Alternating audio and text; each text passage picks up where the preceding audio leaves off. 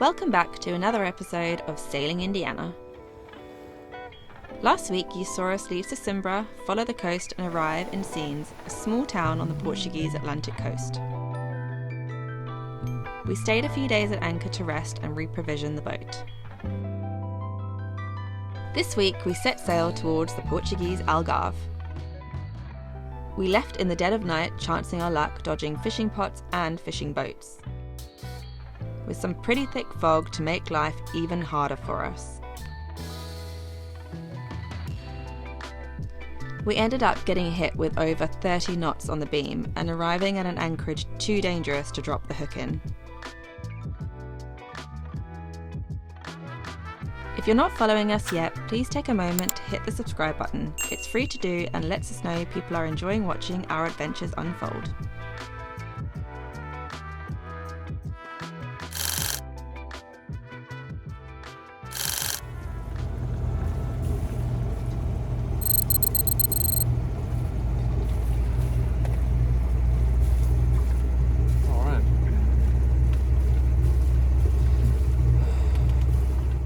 We are just leaving Sines now. It is quarter past 12. We're gonna make our way to Sagres. Sorry, I am sick and have a sore throat, so it's so good. Yeah, it's the first night sail since our Biscay crossing, I think, which is crazy. When we want to go around Cape Saint Vincent, we should do it in the morning, not in the afternoon, because the wind and the swell really picks up and it's no fun. They call it like the laundry, so it's like a washing machine. So we decided, okay, we'll leave in the early hours of the morning and head down there, so we hopefully get there in the morning when it's calmer and we have no problems. But hopefully there's no fishing pots, which is the annoying thing about leaving in the dark, because we have to hug the coast, as you all know. Well, that was a fishing pot ahead of us, but I think it's a bird. It's a bird. I saw it. So yeah, stay tuned. There's not really much that can prepare you for how you'll feel sailing your tiny floating home with all your worldly possessions on board into near complete darkness.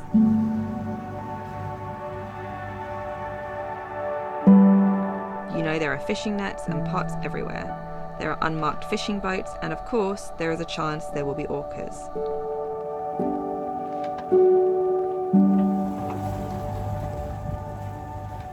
Dawn finally breaks and we can start to relax, even though visibility didn't improve a whole lot for us this time. A mist rainbow. Fog bow. Pretty cool. Sun is up, but not quite out. It's just starting to warm up now though, and there's blue sky ahead. Visibility is improved. That's the sort of fog we're leaving.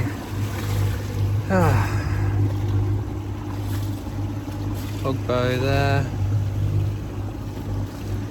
Hopefully a patch of blue in the middle where we can start seeing some land and things like that, which is supposed to be all along here, but we can't see.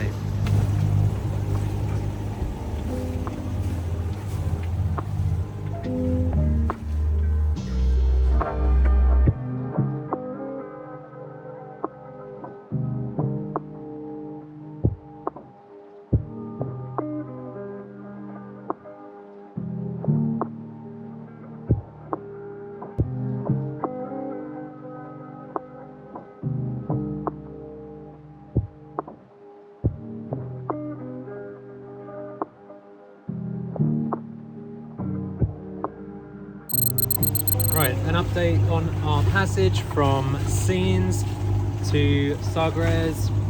We are coming up to the big cape. Sorry, Lauren's tucked away there and I can't. Ah! That's why I was holding on to that, but now I remember.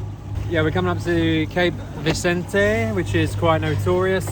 We're on high alert for that. Very misty. Yeah, it's like fog. 1 minute it's like clear, and then the next minute this fog just like appears out of nowhere. So just kind of keeping an eye on fishing pots, and there's like a fishing boat that kind of just came out of nowhere as well. up because it was freezing this morning. We woke up like our fowlies on and everything, and I was like, are we in the Truro?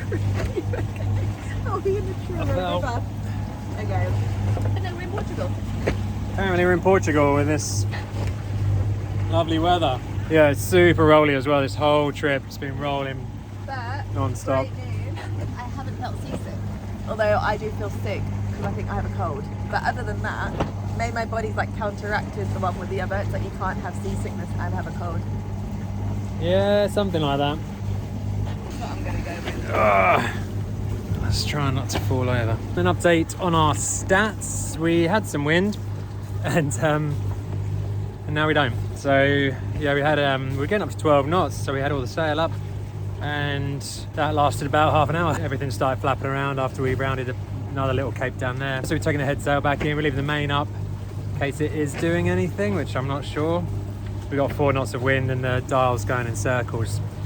Seeing as we're doing 4 knots speed over ground, then it's just the apparent wind, I reckon, so there's 0 wind. And whether that'll be the case round the Notorious Cape, we'll see. So I'm happy I'm not seasick, and it's not a bad little sail. It's quite warm now, and yeah, hopefully we can get around there quickly and you can have a good sleep, because Chris has had about an hour's sleep. I've had a lot more. I slept quite well. I fell asleep this morning out here.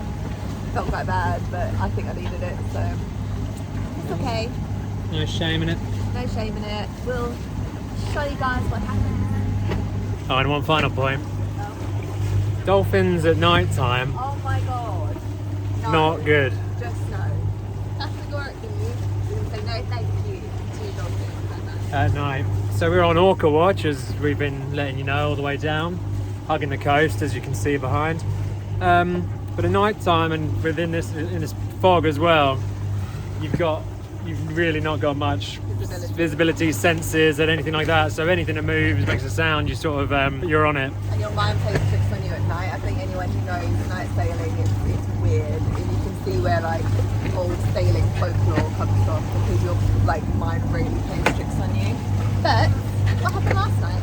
Out of the bioluminescence suddenly come 2 streaming like torpedoes from over here straight under the boat. They were big as well. I was like, that is potentially big enough to be an orca. I didn't see him come out the other side, and then I saw in the distance another one, and it just went zoom underneath the boat this side, and I was like, right, here we go, get the bag of sand out. But luckily it was because we were joined later on by dolphins as well, and they were doing the same thing in a bioluminescence, so like hearts left our bodies. All right, we're just approaching and ready to round Cape Vicente. So this is the big one that we've been, I guess, dreading, but touch wood, so far so good. Bit of confused seas, obviously bouncing off of all of this, coming back at us. Actually, it's at the minute the least swell we've had all day, so I'll take this. Questionable rock, we're not sure what it looks like at the end there. I'll let you guys make your assumptions. Yeah, we'll just round that gracefully and see what's on the other side, see if it gets any worse.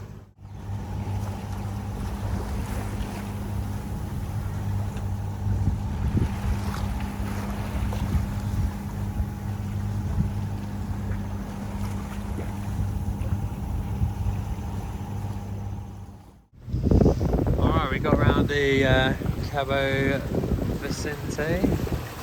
Just crossing this section, and then this is the last corner we've got to turn until we are officially on the Algarve.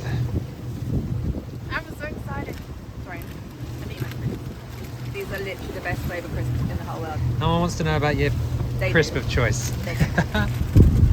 Always on edge. There was an orca incident just here like 2 weeks ago, so we're playing it as safe as we can, but obviously keeping away from rocks.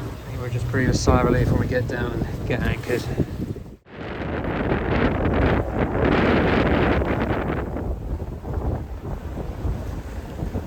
Woo!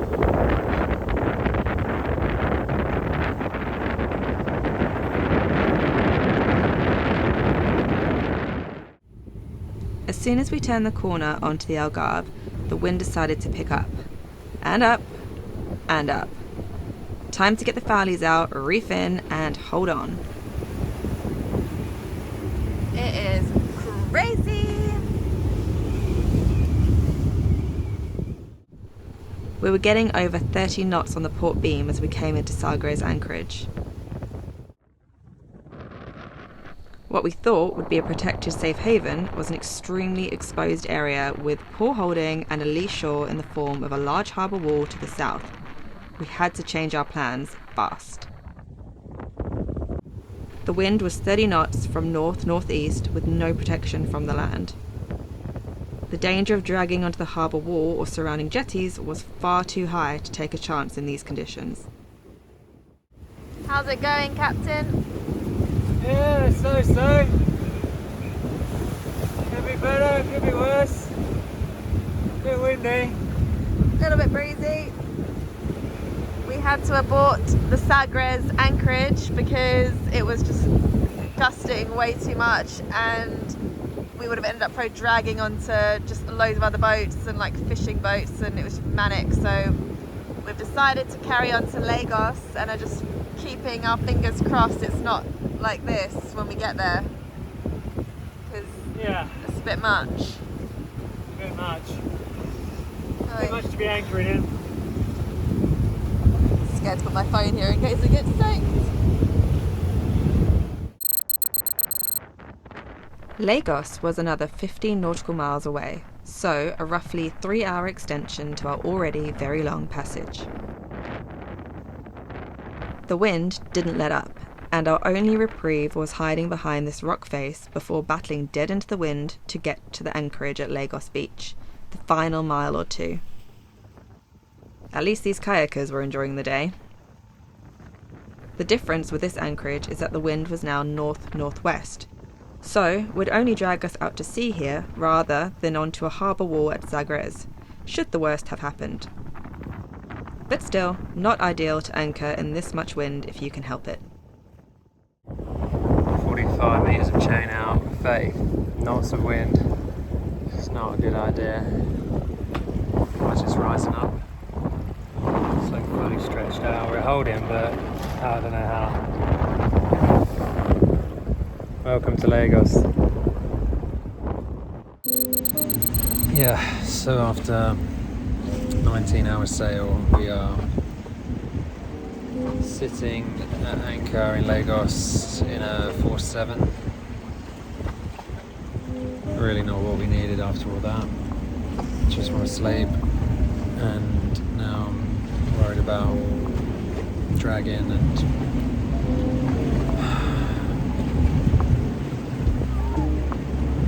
welcome to the Algarve.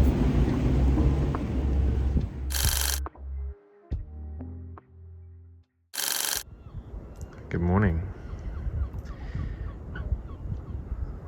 Maybe I spoke too soon about Lagos.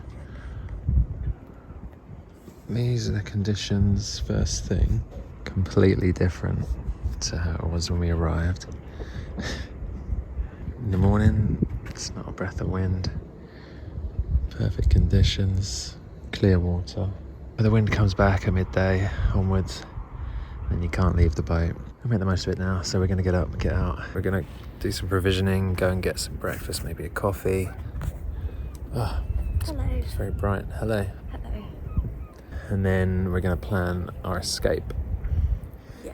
Even though it's beautiful, with the wind that comes through here in the afternoons, it just means that we're sort of boat bound and we can't really go anywhere and do anything. So Yeah, it's annoying because I'd like to explore a bit. it's okay. There's plenty of other beautiful places along the coast, so we're going to find a few of those, see where we can get to. I think I might jump in the water. Right now? Yeah, I think it'll clear my sinuses. Yeah, Lauren's a bit under the I weather. have a cold in this heat. Alright, well, if you think it'll help, but do you want to do it from the beach when we go, or we do that? Thank you so much for watching us this far. It would really mean a lot to us if you click the subscribe button before you leave. Leave us a comment to let us know you are following along. See you for more of our Algarve adventures next time.